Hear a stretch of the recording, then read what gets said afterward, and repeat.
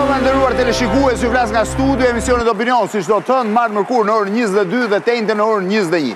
Emisioni sotëm është një emision jashtëzakonisht interesant. Intervista e parë që do ndiqni është një nga intervistat më të mira që unë kam shkëlluar gjatë karrierës time si gazetar televiziv në 29 vitet e emisionit Opinion, por dhe një nga intervistat më interesante 35 viteve të mia në gazetari. Personazhi që unë kam intervistuar është një diplomat amerikan. U bë i pari diplomat amerikan që mbriti në Shqipërinë postkomuniste në vitin 1991 për të hapur ambasadën e shteteve, për të rihapur ambasadën e Shtetet Bashkuara të Amerikës në Tiranë. Ai quhej Chris Hill. Ishte një diplomat që kishte shërbyer më parë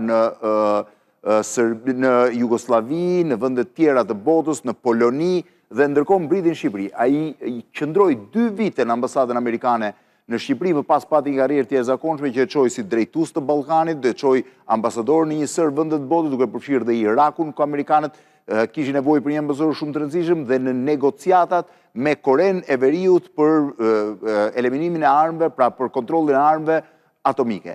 Ai është një dëshmitar i jashtëzakonshëm i transformimit të Shqipërisë në vitin 1991-1992 dhe njëkohësisht një dëshmitar i jashtëzakonshëm i Kosovës, i rambujez dhe i gjithë rrugtimit Kosovës për të krijuar, pra për të shpallur pavarësinë e saj. Ai ka qenë së bashku me Holbrookun, një prej diplomatëve më të rëndësishëm amerikan, si krau i tij i djathtë dhe më pas si një prej drejtuesve të bisedimeve të rëndësishme në nivele të rëndësishme në Rambuje dhe më pas.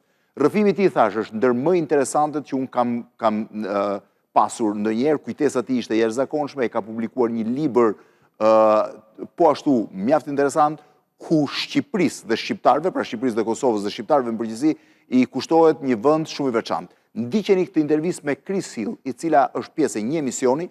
Në pjesën e parë është intervista me Chris Hillin, intervista e jashtëzakonshme. Aty do të gjeni personazhe si Berisha, Nano, Hashim Thaçi, Ibrahim Rugova dhe shumë prej sekreteve të tyre personazheve, dhe njëkohësisht në pjesën e dytë për të ecur në të njëjtën linjë të emisionit. Ju do të ndiqni një tjetër intervistë, që në fakt nuk është për herë të parë, kjo me Chris Hill është intervistë ekskluzive për herë të parë, një intervistë që unë kam zhvilluar kohë më parë me komandantin suprem të forcave të NATO-s në Europë, në kohën e bombardimit të ish Jugosllavisë dhe të luftës Kosovës, generalin Wesley Clark.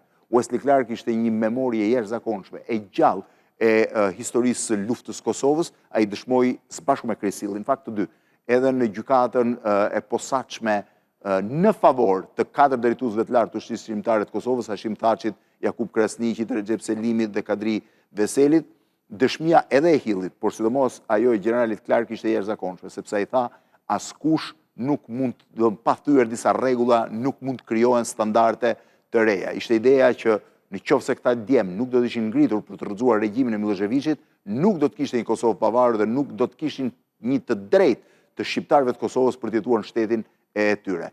Edhe rrëfimi i Wesley Clark është jashtëzakonshëm. Ndiqni fillimisht Chris Hillin dhe më pas Wesley Clark. Ambasador Hill, faleminderit shumë që jeni me ne sonte. Faleminderit. Jeni këtu në Shqipëri për librin tuaj, edicionin e 2 të kujtimeve tuaja. Kur nisët të shkruanit kujtimet? Është punë që vijon, që do të thotë se unë vijoj së bëri gjëra. Aty flitet deri në fund të mandatit tim në Irak.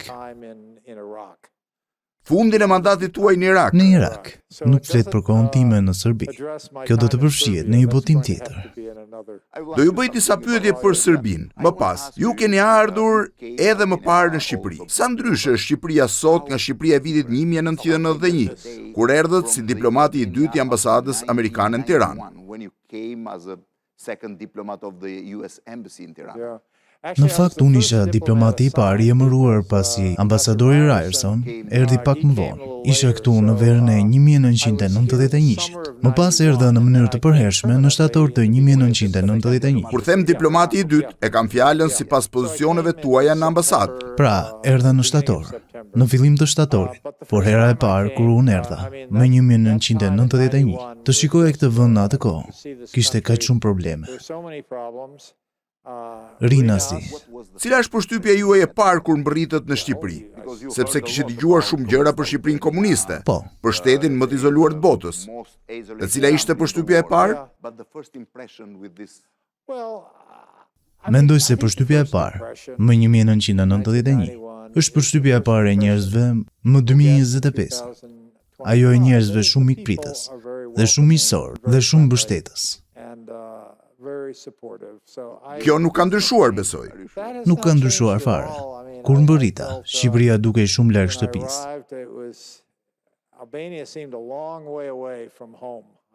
Rruga nga aeroporti i Rinasi drejt Hotel Dajtit. Ju qëndruat në atë kohë në Hotel Dajti, i cili ishte i vetmi vend për të huajt në atë kohë. Në fakt, ambasadën tonë e vendosëm tek Hotel Dajti. Ambasada ishte te dhoma 215, ndërkohë rezidenca ime ishte tek dhoma 216. Nuk kishim shumë hapësirë. A e mbani mend takimin e parë që patët në Shqipëri, si diplomat amerikan? Takimin e parë, shkova tek Ministria e Jashtme, sigurisht, ku u takova me Roland Bimon, I cili më pas u bë ambasadori shqiptar në Amerikë. i cili ishte përgjegjës për Amerikën. Sakt, takimi i parë i vërtet ka qenë me Ramiz Alia. E mbani mend Ramiz Alin? Po, Si ishin diskutimet me të? është interesante, bëhet fjalë për 1991. Flas me të dhe mendoj, mos është gjë ndonjë figurë si Gorbaçovi? Ishte e qartë që ai nuk ishte Enver Hoxha. Ama mendoj se nuk ishte as Gorbaçovi. Po, nuk ishte as Gorbaçovi. Kur vjen në një vend të ri si Shqipëria, ne kishim në fakt disa amerikanë që vinin që prej pranverës së 1991. Por në thelb, askush nuk dinte gjë për Shqipërinë. Çdo gjë ishte e re për ne. Pra, përpiqesh të mësosh se si funksionon sistemi. Ishte një surprizë e këndshme kur pam se si funksiononte Ministria e Jashtme. Kishte një tavolinë pune për Amerikën dhe gjëra të tilla. Megjithatë, njerëzit ishin shumë të entuziazmuar për Shtetet e Bashkuara. Po, Imagjinoni, ata ishin në presionin e propagandës për 46 vjet, ama njerëzit nuk i harruan kurrë Shtetet e Bashkuara të Amerikës. kjo ishte shumë e qartë.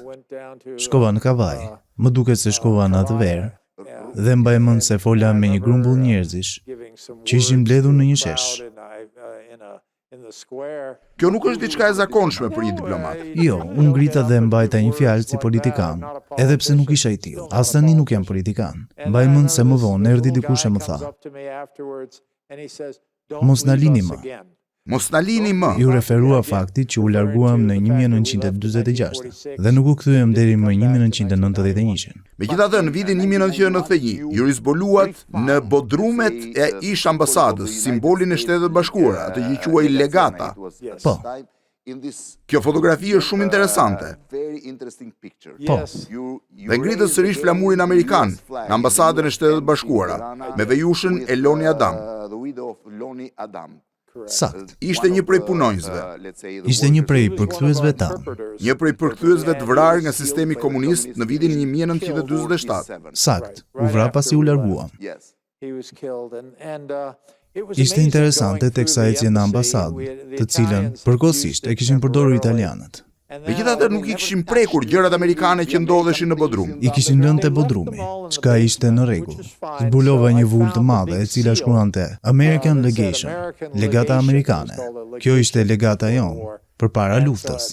Ishte një medaljon i madh i rumbullaket me shqiponjën amerikane. E gjeta pas një biblioteke. Viti 1931 më duket, kur ndërtua ambasada në rrugën e Elbasanit. Sakt. Më 1991, kur erdhët në Shqipëri, të gjithë ishin entuziast. Njerëzit donin ndryshime. Kishte një debat madh politik pasi njerëzit nuk dinin asgjë për sa i përket demokracisë. Sakt. Dhe pavarësisht kësaj, ata nisën të punonin fort dhe me rigorozitet për të shkuar drejt demokracisë. Po. Cilët